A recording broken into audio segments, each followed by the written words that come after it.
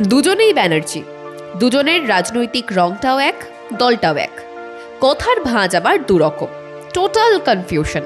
আচ্ছা, কনফিউশন নাকি ইন্টেনশন, মানে উদ্দেশ্য প্রণোদিত ভাবেই? বিশদে যাওয়ার আগে পরিচয় করানো যাক। দুই ব্যানার্জির মধ্যে একজন মাননীয় মুখ্যমন্ত্রী মমতা ব্যানার্জি, আর আরেকজন তৃণমূল সাংসদ অভিনেত্রী রচনা ব্যানার্জি। প্রসঙ্গ কুম্ভ মেলা। কি অদ্ভুত দেখুন, এই একই প্রসঙ্গে দুই ব্যানার্জির দুই রকম মন্তব্য। তারকা তৃণমূল সাংসদ রচনা ব্যানার্জি তো যোগীর প্রশংসায় পঞ্চমুখ, তুলনাহীন ব্যবস্থাপনা বলে আবেগে আপ্লুত হয়ে পড়েন তিনি। অথচ তার দলের নেত্রী কুম্ভ মেলার আয়োজন নিয়ে রাজনীতি করতেও পিছপা হননি।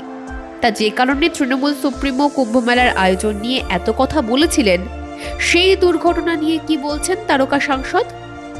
এ বিষয়ে দলনেত্রীর সুর গরম থাকলেও একেবারে নরম সুরে কথা বলেছেন তৃণমূল সাংসদ। বলেন, দুর্ঘটনা তো দুর্ঘটনাই, সুরক্ষার জন্য যথেষ্ট ব্যবস্থা রয়েছে। কর্নিশ জানান আয়োজকদের। কিছুদিন আগেই কুম্ভে পদপিষ্ট হয়ে বহু মানুষের মৃত্যু হয়, এর মধ্যে বাংলারও একাধিক বাসিন্দা ছিলেন।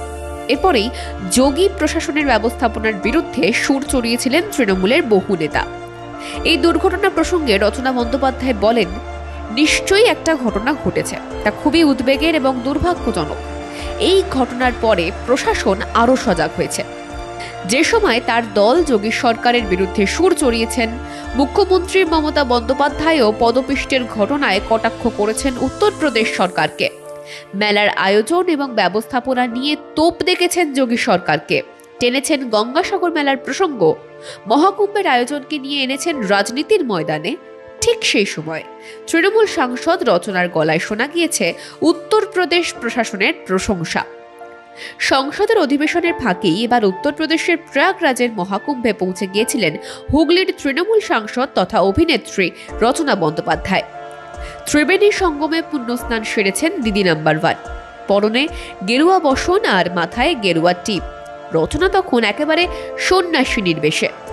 মহাকুম্ভের পুণ্যস্নানের বেশ কিছু মুহূর্তের ছবি এবং ভিডিও তিনি সোশ্যাল মিডিয়ায় শেয়ার করেছেন।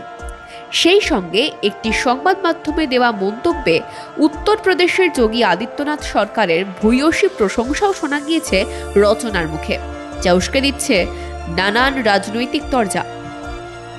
144 বছর পর মহাকুম্ভের যোগ তৈরি হয়েছে। এমনিতে প্রতি 6 বছর অন্তর কুম্ভ মেলা হয়, 12 বছর পর হয় পুণ্যকুম্ভ। তবে এবার 144 বছর পর মহাকুম্ভের বিরল যোগের তুলনারহিত গুরুত্ব রয়েছে। সেই কারণেই ভারতবর্ষ তো বটেই, বিশ্বের বিভিন্ন প্রান্ত থেকে কাতারে কাতারে পুণ্যার্থীর ঢল নামছে উত্তরপ্রদেশের প্রয়াগরাজে। দেশের তাবড় রাজনীতিবিদ থেকে শুরু করে বাণিজ্য ক্ষেত্রের টাইকুন, অভিনয় জগতের নামি দামি ব্যক্তিত্বের পাশাপাশি ক্রীড়া ও সমাজের বিভিন্ন ক্ষেত্রের তাবড় ব্যক্তিত্ব মহাকুম্ভে পুণ্যস্নানে যাচ্ছেন। ইলাহি আয়োজন, আঁটোসাঁটো ব্যবস্থাপনা, তারপরেও ঘটে যাওয়া দুর্ঘটনা কারোরই অভিপ্রেত নয়, সেটা সকলেরই জানা। কিন্তু সেটা নিয়ে যখন পশ্চিমবঙ্গের মুখ্যমন্ত্রী রাজনৈতিক তরজা খুলে দেন, তখন সংশয় থেকে যায়। মানবিক স্বার্থে সংশয় থাকে, সেটা আদৌ কোনো গঠনমূলক সমালোচনা কিনা তা নিয়ে সংশয় থাকে।